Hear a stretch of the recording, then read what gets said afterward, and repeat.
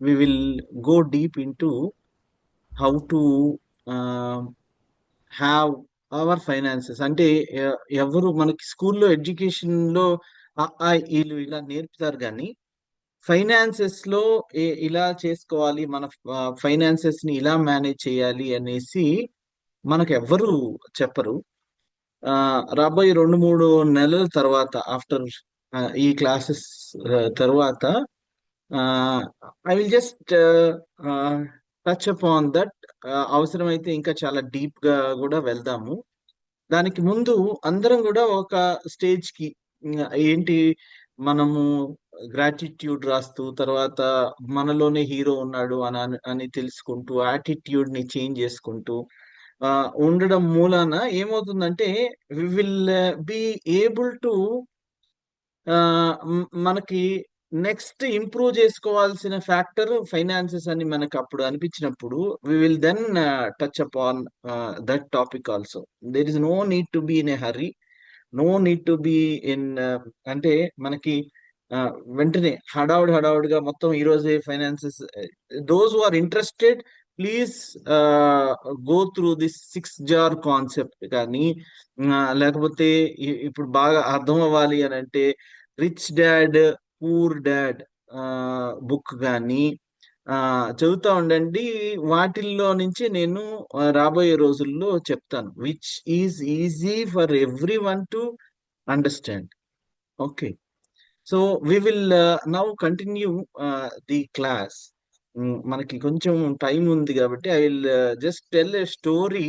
దీన్ని it is again about our attitude. మన attitude మనం ఎలా పెట్టుకోవాలి అనే దాని గురించి I will just tell a story.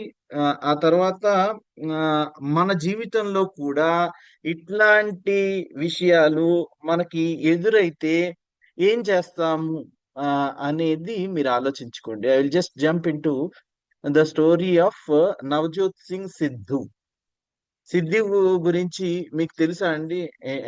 Navjot Singh Siddhu ఈ was a wonderful cricketer, cricket commentator. ఇప్పుడు ఈ స్టోరీస్ వస్తున్నాయి కదా. ఈ చాలా చాలా టీవీ షోస్, టాక్ షోస్ వాటిల్లో తను చమత్కారంగా మాట్లాడుతా ఉంటాడు కాబట్టి తనని ఆహ్, అందరూ అప్రోచ్ అవుతా ఉంటారు. చాలా టీవీ షోస్‌లో పాపులర్ అయ్యాడు.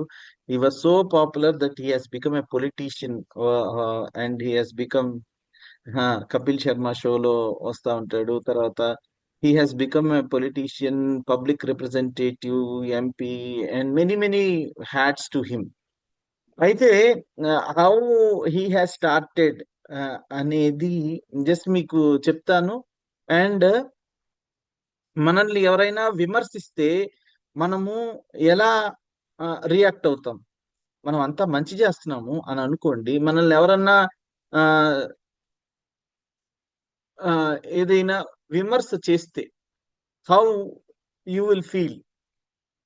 విమర్శ అంటే మీరేదో చాలా మంచి ఉద్దేశం కోసం ఏదో చేస్తున్నారు. ఫర్ ఎగ్జాంపుల్ ఇక్కడే మన మన దానిలో ఆహ్, ముందుకొచ్చి మన కోసం ఎవరో చెప్తున్నారు.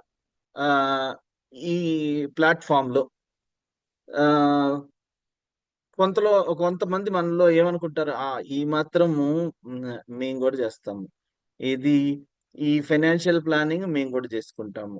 This is what we think. చాలా మంది. చా చాలా కొద్ది మంది యెస్, వీల్ ఆల్సో లెర్న్. ఇక్కడ చెప్ చెప్తున్నది ఆర్ మన మనలాంటి ఫ్రీక్వెన్సీ ఉన్నవాళ్ళు, వాళ్ళ దగ్గర నుంచి మనం నేర్చుకుందాము అట్లా అని అనుకుంటారు. చాలా చాలా కొద్ది మంది బహుశా they will feel it's a waste of time ఇట్లా అని అనుకుంటుండొచ్చు. ఏది రైట్, రాంగ్ కాదు. మనము ఎలా తీసుకుంటాము అనే దాన్ని బట్టి ఆహ్, మన డే స్టార్ట్ అవుతుంది. మన జీవితం గూడా అలానే ఉండబోతుంది. సరే, అబౌట్ విమర్శ. మనల్ని ఎవరైనా విమర్శించారు అని అనుకోండి. బాహాటంగా ఎవరన్నా అనేసారు అని అనుకోండి. ఇదంతా అవసరం లేదు. మీరంతా టైం వేస్ట్ చేస్తున్నారు. లేకపోతే మీరంతా ఇదిగో ఇంత గొప్పలు మాకు కూడా తెలుసు. ఇట్లాంటివి మనకి వినిపిస్తూ ఉన్నప్పుడు హౌ యూ విల్ రియాక్ట్?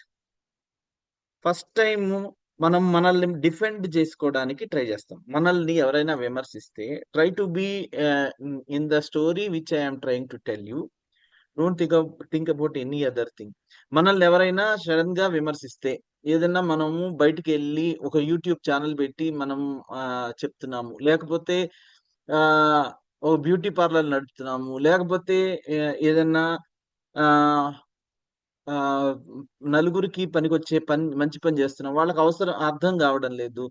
వాళ్ళు మన ఇంట్లో వాళ్ళే మనల్ని బాగా ఎక్కువ విమర్శిస్తూ ఉండొచ్చు. How you react to your commentaries also shapes your attitude. ఇది ఈరోజు లెసన్. మన యాటిట్యూడ్ ని మనము, ఎవరైనా మనల్ని విమర్శిస్తూ ఉంటే, లేకపోతే మనల్ని తిడుతూ ఉంటే, అవసరమైతే దానికి ఇంకో స్థాయి పెంచి మనల్ని తరిమేస్తూ ఉంటే, how you react also shapes our attitude. మనం ఎలా దానికి రియాక్ట్ అవుతాము అనే దాన్ని బట్టి మన యాటిట్యూడ్ షేప్ అయి ఉంటుంది. నేను చెప్తున్నాను అబౌట్ నవజోత్ సింగ్ సిద్ధు. హీ తన గురించి పరిచయం మనం ఇప్పుడు చెప్పుకున్నాం. He is a cricketer, commentator, politician, TV shows, talk shows లో వస్తూ ఉంటాడు. చాలా చాలా విషయాలు ఉంటాయి. He is at least India famous, north ఇండియాలో చాలా ఫేమస్. క్రికెట్ చూస్తున్న వాళ్ళకి, అంటే క్రికెట్ ఫాలో అవుతున్న వాళ్ళకి, ప్రతి సంవత్సరం 20 సంవత్సరాల నుంచి ఫాలో అవుతున్న వాళ్ళకి అతనంటే చాలా సుపరిచితమైన వ్యక్తి. సో తన కెరీర్ ఎలా స్టార్ట్ అయింది అనేది నేను ఇప్పుడు మీకు చెప్పాలి అని అనుకుంటున్నాను. తను తనని ఎవరైనా కామెంట్ చేస్తే తను ఎలా తీసుకుంటాడు అనే దాన్ని కూడా మీకు ఇప్పుడు చెప్పాలి అని అనుకుంటున్నాను. Navjot Singh Sidhu was born in a very, very rich family. Okay. చాలా పెద్ద ఫ్యామిలీలో పుట్టాడు.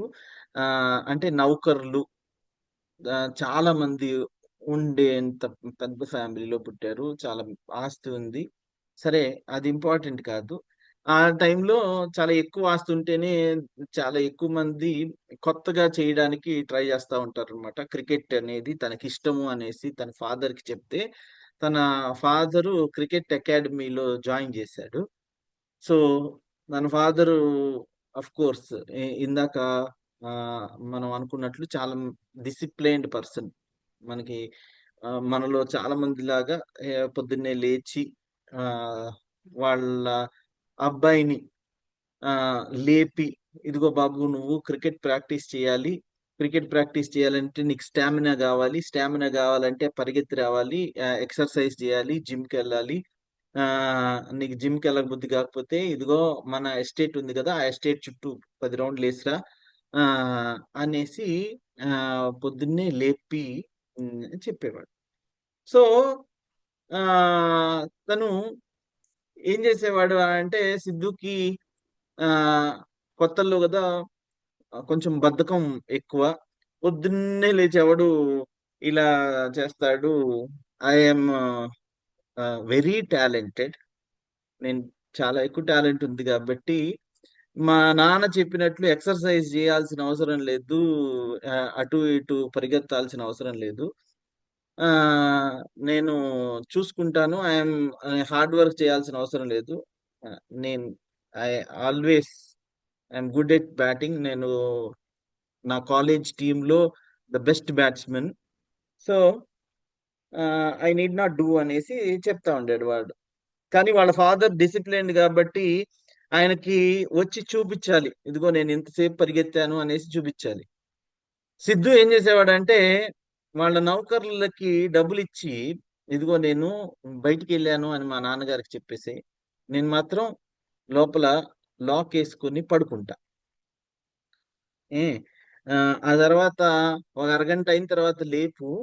అరగంట అయిన తర్వాత నేనేం చేస్తాను అంటే, నా మొహం మీద నీళ్ళు అలాంటివి పోసుకొనొచ్చి, నా షర్ట్ మీద నీళ్లు పోసుకొనొచ్చి, నాది చెమట పట్టాను, ఇంత ఎక్కువ సేపు వర్క్ చేశాను అనేసి వాళ్ళ ఫాదర్‌కి చెప్తాను అనేసి అంటాడన్నమాట. So, this is how he used to manage things.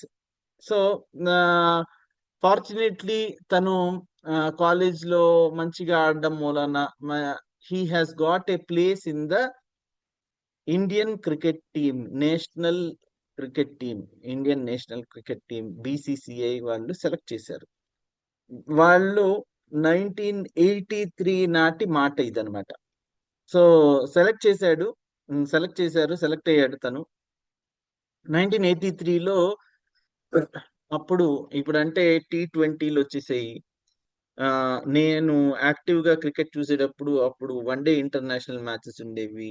అంతకు ముందు టెస్ట్ మ్యాచెస్ ఉండేవి. టెస్ట్ మ్యాచెస్ అంటే 5 రోజులు జరిగే మ్యాచెస్, టెస్ట్ మ్యాచెస్. సో 1983లో వెస్టిండీస్ తో ఆ, తన ఆరంగేట్రం అనమాట. వెస్టిండీస్ తో ఫస్ట్ ఇంటర్నేషనల్ మ్యాచ్, అంటే వేరే దేశంతో ఆడిన మ్యాచ్ 1983లో. ఈ టెస్ట్ మ్యాచెస్ ఆడుతూ ఉంటారు. అయితే టెస్ట్ మ్యాచ్ అంటే ఇప్పుడు ఈ ఉరుకుల పిరుగుల జీవితంలో 5 రోజులు ఎవరెలా ఆడారు అని మనకి ఇప్పుడైతే టైం ఉండకపోవచ్చు. T20 దానికంటే తక్కువ ఫార్మాట్ ఏదైనా ఉంటే దాన్ని చూస్తున్నాం కానీ టెస్ట్ మ్యాచెస్ అప్పుడు ఫాలో అవ్వడం చాలా కష్టమయ్యేది. అందులో టెస్ట్ మ్యాచెస్ ఎందుకు అనంటే ఓ ప్రతిరోజు 90 ఓవర్స్ ఉండేవి.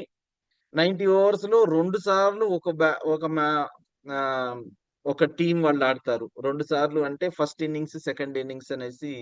ఈ ఈ టెస్ట్ మ్యాచ్ ఫార్మాట్ తెలిసిన వాళ్ళు మనలో కొంతమంది ఉండుండొచ్చు. సో ఇదేంటంటే చాలా స్లోగా సాగుతుంది. అంటే it is the actual real cricket match. Talent A ball ని ఎట్లా కొట్టాలి అనేది చూసి చేసుకుని వచ్చేది. నిజమైన ప్రతిభ కనపడేది టెస్ట్ మ్యాచెస్ లోనే. సరే, అప్పుడు టెస్ట్ మ్యాచెస్ ఎలా ఉండేయంటే చాలా స్లోగా ఉండేవి. ఇప్పుడు ఊహించడానికి కూడా కష్టంగా ఉంది. చాలా స్లోగా అని అంటే ఇప్పుడు T20లో 20 ఓవర్లలోనే 200, 300 పరుగులు కొట్టేస్తా ఉంటారు. టెస్ట్ మ్యాచ్ లో ఆ 5 రోజులు కలిపి మహా అయితే 400, 500 రన్స్ ఒక మ్యాచ్ ఒకవైపు వాళ్ళు కొడతా ఉంటారు. అంత స్లోగా ఉంటుంది అనమాట. 5 రోజులు into 90 overs. I'm trying to tell you the importance of how slow it was. ఈ స్లోగా ఉన్న దానిలో కూడా తను ఆ, ఏం చేశాడు అని అంటే ఫాస్ట్ గా కొత్తగా వచ్చిన వ్యక్తి తొందరగా తను ప్రూవ్ చేసుకోవాలి కాబట్టి రన్స్ తీయాలి. తను రన్స్ తీయలేకపోతున్నాడు. ఫస్ట్ మ్యాచ్ లో 114 నిమిషాలు క్రీజ్ మీద ఉండి 22 పరుగులు చేశాడు. 114 నిమిషాలు అని అంటే చూడండి, దాదాపు 2 గంటలు క్రీజ్ దగ్గర ఉండి he has just got 20 or 30 runs. ఇలా అంటే అసలే స్లో ఫార్మాట్ అది. అది చూస్తూ ఉన్న వాళ్ళకి ఇంకా ఇది చాలా స్లో. తను వికెట్ కూడా పోగొట్టుకోవట్లేదు కానీ అసలు ఏమి పస లేకుండా బ్యాటింగ్ చేస్తున్నాడు అనేసి అనిపించింది సెలెక్టర్లకి. తను ఫస్ట్ మ్యాచ్ ఓకే, ఇలా చాలా ఎక్కువ టైం తీసుకున్నాడు అంటే సెకండ్ మ్యాచ్ లో కూడా అలానే చేశాడు, థర్డ్ మ్యాచ్ లో కూడా అలానే చేశాడు. సో ఇలా చాలా లేట్ గా రన్స్ ఏమీ కొట్టకుండా జస్ట్ క్రీజ్ లో బాతుకుపోతున్నాడు. కాకపోతే ఈ ఈజ్ వేస్టింగ్ టైం అనేసి ఆ అప్పుడు సెలెక్టర్లు కనిపించింది. ఎందుకు అనిపించింది అని అంటే ఇప్పుడంటే మనము ఇంటర్నెట్, సోషల్ మీడియా చూస్తున్నాం కానీ అప్పుడు paper, news paper is very very important. అప్పుడు పేపర్ లో తన గురించి రాశారనమాట. ఏమని అని అంటే ఇప్పుడు ఈయన వచ్చేసి అందరి టైం వేస్ట్ చేస్తున్నాడు, ఇంతసేపు వెయిట్ చేయిస్తున్నాడు. Is not at all beating. తను ఏదో చాలా వండర్ఫుల్ గా పర్ఫామ్ చేస్తాము అనేసి అనుకున్నారు కదా. He is strokeless wonder. తను he is a strokeless wonder అనేసి తనని హెడ్లైన్స్ లో, స్పోర్ట్స్ పేజ్ లో హెడ్లైన్స్ లో స్ట్రోక్లెస్ వండర్ సిద్ధు అనేసి అంటారు. అంటే తను వండర్ఫుల్ గా పర్ఫామ్ చేస్తాడు అనేసి తీసుకొచ్చాము కానీ తనకి స్ట్రోక్ అసలు he is not able to strike. ఏమి ఆడలేకపోతున్నాడు. ఈజ్ ఎ స్ట్రోక్లెస్ వండర్ అనేసి ఇండియన్ ఎక్స్ప్రెస్ ఆ లో స్పోర్ట్స్ కామెంటేటర్ రాజన్ బాలా అనే అతను తన గురించి రాశాడు. ఇప్పుడు ఆ, మనకి దినపత్రికలు ఇంపార్టెంట్ కాకపోవచ్చేమో కానీ అప్పట్లో చాలా చాలా అదే మొత్తం దేశం మొత్తం ఉండేది. దేశం మొత్తానికి ఒకటే ఎడిషన్ లాగా ఉండేది. అదే పబ్లిష్ అయ్యి అందరూ దట్ వాస్ సీన్. తను బ్రాండెడ్ అయిపోయాడు. ఏమని అనంటే హి వాస్ ఎ స్ట్రోక్‌లెస్ వండర్. అంటే తన career has come to an end.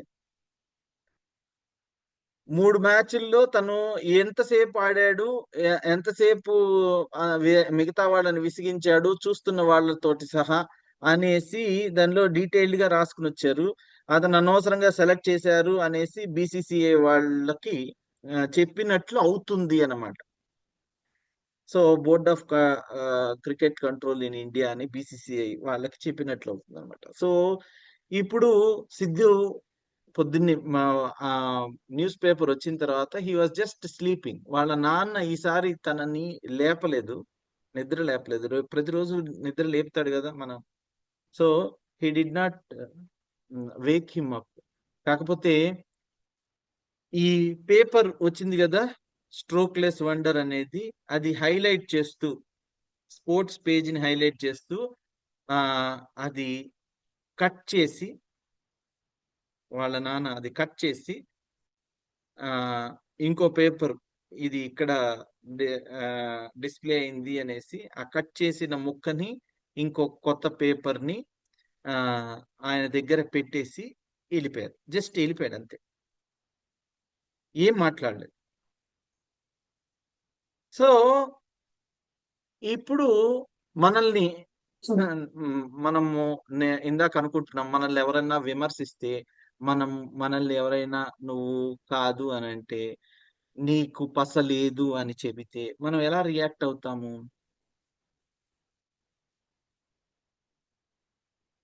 How has he to react? తనకి చాలా డబ్బులున్నాయి. ఇదిగో నన్ను ఇలా బ్రాండ్ చేస్తున్నారు అనేసి, నేను అతని మీద కోర్ట్ కేసేస్తాను. ఈ మనోభావాలు దెబ్బతిన్నాయి. హ్మ్. ఆ! సరే. ఇలా we will be hurt. And మన మనం ఏదైతే హర్ట్ అయ్యామో, వెంటనే అవతల వాడి మీద we will try to throw the ball and say, ఇదిగో నువ్వేమన్నా పెద్ద గొప్పోడివా? అంటే అవతల వాళ్ళ క్యారెక్టర్ మీద మనం డైరెక్ట్‌గా హిట్ చేస్తాము. ఎందుకనంటే hour ego is hurt.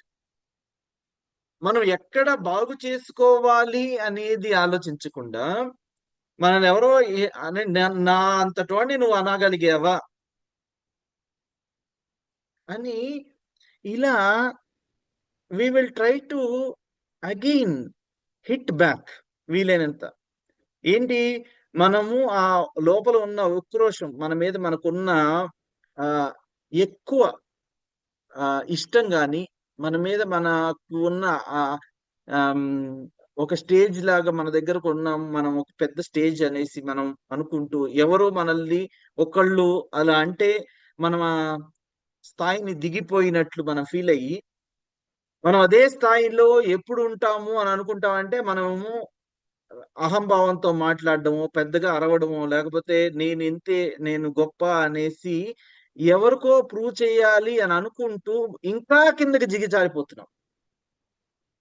Are you getting what I am telling you? చాలా మంది ఎవరైనా వాళ్ళ మీద విమర్శొస్తే they will not be able to take it in the right spirit. మనల్ని ఎవరైనా ఏదైనా అంటూ ఉంటే, మనం వాళ్ళని ఎదుర్కోవాలి అనేసి ఎదుటి వాళ్ళలో తప్పు ఎతకడానికి చూస్తాము. లేకపోతే ఫస్ట్ మనల్ని మనం డిఫెండ్ చేసుకోవడానికి చూస్తాం. ఇదిగో యార్కర్ వస్తుంది. ఈ బాల్స్ ఇలా వస్తున్నాయి. వెస్ట్ ఇండీస్ నుంచి ఫాస్ట్ బౌలింగ్ వస్తుంది. దాని మూలాన వాళ్ళనొచ్చి ఎదుర్కోమనండి. ఇట్లాంటివన్నీ వి విల్ ట్రై టు మనల్ని మనం సమర్థించడానికి ట్రై చేస్తాము. అవతల వ్యక్తి ఆ తర్వాత అది కుదరకపోతే మనల్ని ఎవరైతే అన్నారో వాళ్ళల్లో తప్పులేమన్నా ఉన్నాయేమో చూస్తాము. బట్ చేయవలసిందేంటి? యాక్చువల్లీ చేయవలసిందేంటి? మనం నోరేసుకొని మనం ఇంత అనేసి బయటపడ్డమా? మనము చేతలతో మన వర్త్ ఏంటో చూపించడమా? ఏం చేస్తే బావుంటుంది? మనల్ని ఎవరన్నా ఏదైనా అంటే, మనం ఏంటి, how we are reacting also defines our attitude. అందరూ ఎప్పుడూ పర్ఫెక్ట్ కాకపోవచ్చు. కాకపోతే మనల్ని, మనకు బాగా తెలిసిన మన ఇంట్లో వాళ్ళే మనల్ని ఏదో తూనలాడుతూ ఉంటేనో, లేకపోతే ఇబ్బంది పెడుతూ ఉంటేనో, తప్పని చెప్తూ ఉంటేనో మనకి ఈగో వస్తుంది, అహంభావం వస్తుంది. మనము మన శ్వాస ఫాస్ట్ గా పెరిగిపోతుంది.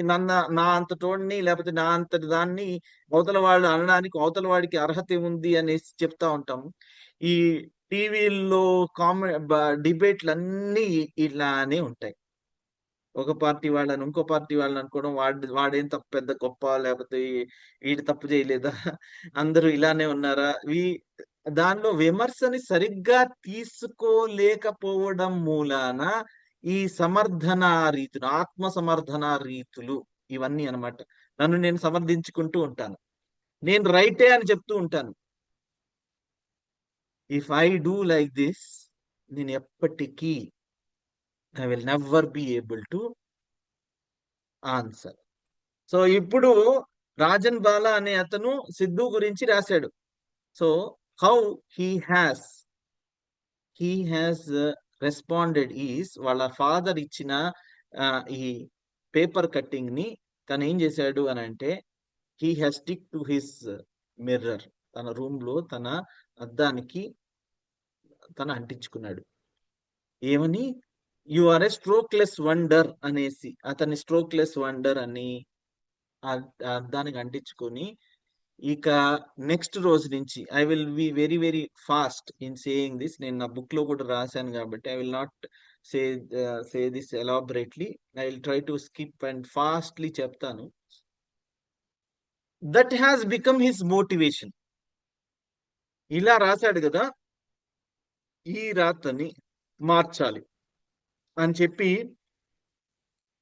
తను బాగా ప్రాక్టీస్ చేయడం మొదలుపెట్టాడు. నెక్స్ట్ రోజు వాళ్ళ ఫాదర్ వచ్చి అతన్ని లేపవలసిన అవసరం లేదు.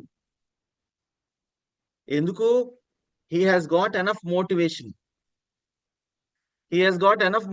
తన ఫాదర్ వచ్చి ఇదిగో పొద్దున్నే లేపాలి అనేసి ట్రై చేసే లోపలే తను వాళ్ళ ఎస్టేట్ చుట్టూ ఒక 10 రౌండ్స్ వేసి వచ్చేసి జిమ్ కూడా వెళ్ళి ప్రాక్టీస్ నెట్స్ లో కనపడతా ఉండేవాడు.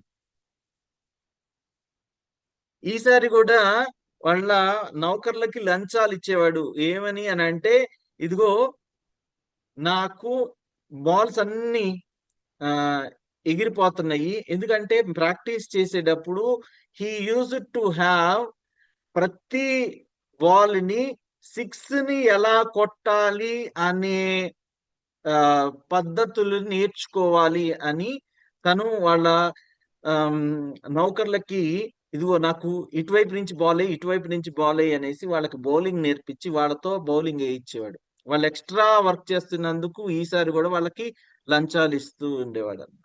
అంతకు ముందు ఇదిగో ఫాదర్ దగ్గర నేను బాగా చేశాను అని చెప్పమని లంచాలు ఇచ్చేవాడు కదా, ఇప్పుడు he is now giving the other way. ప్రతిరోజు 300 సిక్స్లు కొట్టేదాకా ఆగేవాడు కాదంట. ప్రతిరోజు ప్రాక్టీస్ ఎలా చేసేవాడు అంటే, he was a strokeless wonder. అసలు స్ట్రైకింగ్ రాదు అనేసి అన్నాడు కదా, నేను దాన్ని ప్రూవ్ చేస్తాను, రాంగ్ అని ప్రూవ్ చేస్తాను. ఎలా ప్రూవ్ చేయాలి? నేను నోటుతో అంటేనో, లేకపోతే నా మీద వ్యక్తి హననం దావా వేస్తేనో అవ్వదు. I have to again play in such a వే.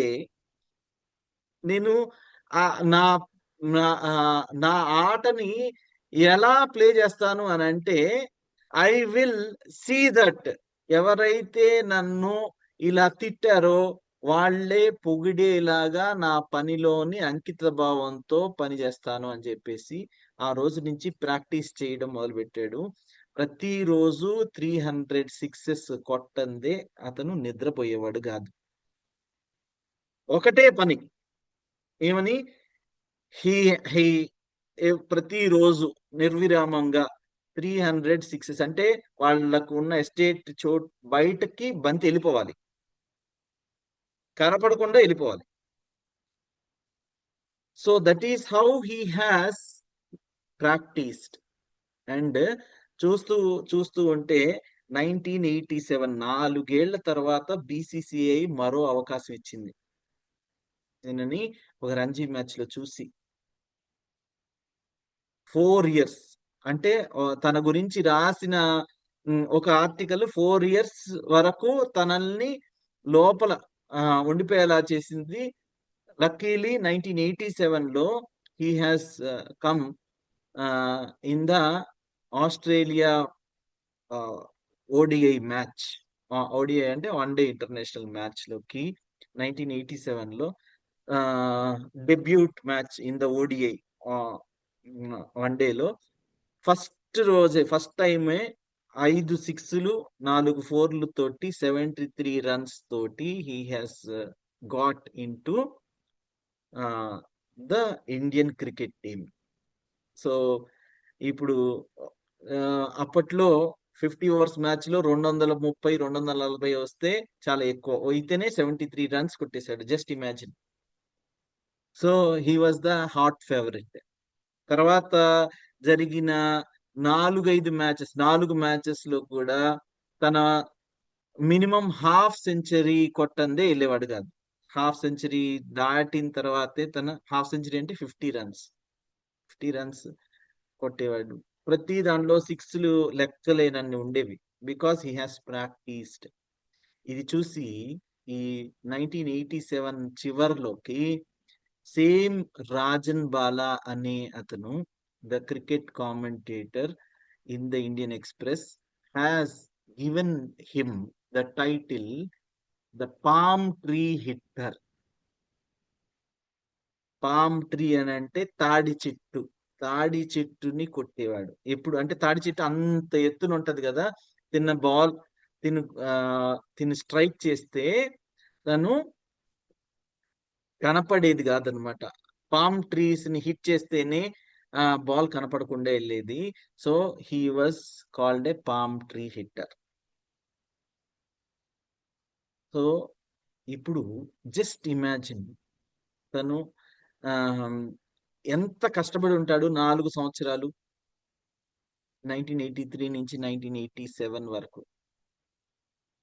తను ఎవరైనా విమర్శ చేస్తే ఎదుగో ఈ 4 సంవత్సరాల్లో ఎప్పుడైనా అరే నన్ను ఇలా అంటాడా అనేసి అనుకుంటే తను నోటితో చెబితే మన సిద్ధు కెరీర్ అక్కడితో ఆగిపోయి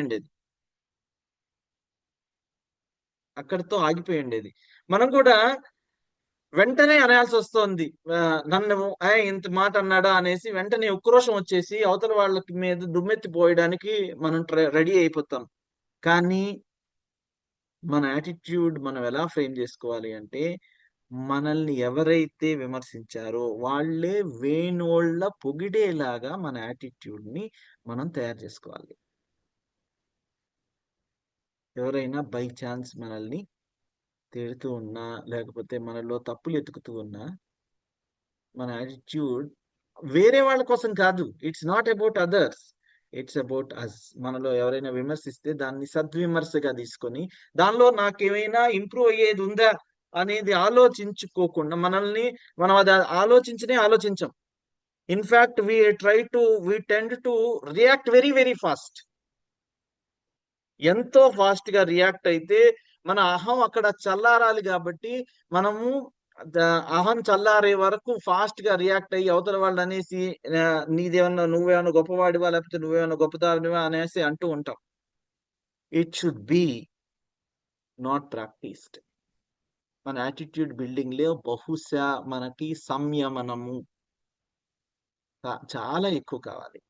మన యాటిట్యూడ్ బిల్డింగ్ లో మనకి సహనం ఎక్కువ కావాలి.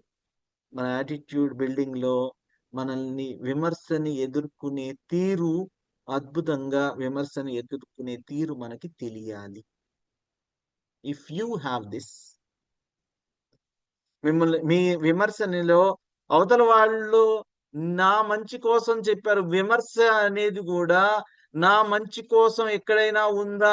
వాళ్ళు చెప్పే విధానము, చెప్పే పద్ధతి మనకు నచ్చకపోవచ్చు, కానీ దీనిలో నేనేదైనా బాగవుతానా అనేది మనం ఆలోచిస్తే, ఒక్క పాయింట్ అయినా దొరికితే ఆ ఒక్క పాయింట్ ని మనం బ్రష్ చేద్దాం. అసలు అది విమర్శ సద్విమర్శ కాదు అని అనుకోండి, ఎప్పుడు మన మీద ఉన్న అక్కసు మాత్రమే అని మీకు అనిపించింది అనుకోండి, దాన్ని వదిలేసేయండి. యు నీడ్ నాట్ ప్రతి విమర్శకి మీరు ప్రతి విమర్శ చేయనవసరం లేదు. ప్రతి విమర్శని మీరు మిమ్మల్ని సమర్థించుకోవడానికి ఉపయోగించవలసిన అవసరం లేదు. మనం ప్రపంచానికి వేరేలాగా అర్థమవుతున్నాం. It's okay. It is okay. You need not please everyone. అందరితోటి మనం అద్భుతంగా ఉన్నాము అని అనిపించుకోవాల్సిన అవసరం లేదు. అది మన పని కాదు. అవతల వాళ్ళ మైండ్ లో దూరి నేను మంచివాడిని లేకపోతే మంచిదాన్ని అని మనం చెప్పించుకోవాల్సిన అవసరం ఏముంది? మనం మొన్న అనుకున్నట్లు, whom are you answerable to? Your conscience, మన మనస్సాక్షి. If you think about this, you will certainly build. Next అంటే మనము విజన్ చేసుకున్న తర్వాత ఎవరైనా మనల్ని సహజంగా మనము ఎక్కువ మెట్లు ఎక్కుతూ ఉంటే, మొన్న అనుకున్నాం కదా, పీతలాగా అందరు మిగతా వాళ్ళు కిందకి లాగేయాలని ట్రై చేస్తూ ఉంటారు. బీ దట్ ఇట్ మీ, దాన్ని యాజ్ ఇట్ ఈస్ అలానే ఉండనివ్వండి.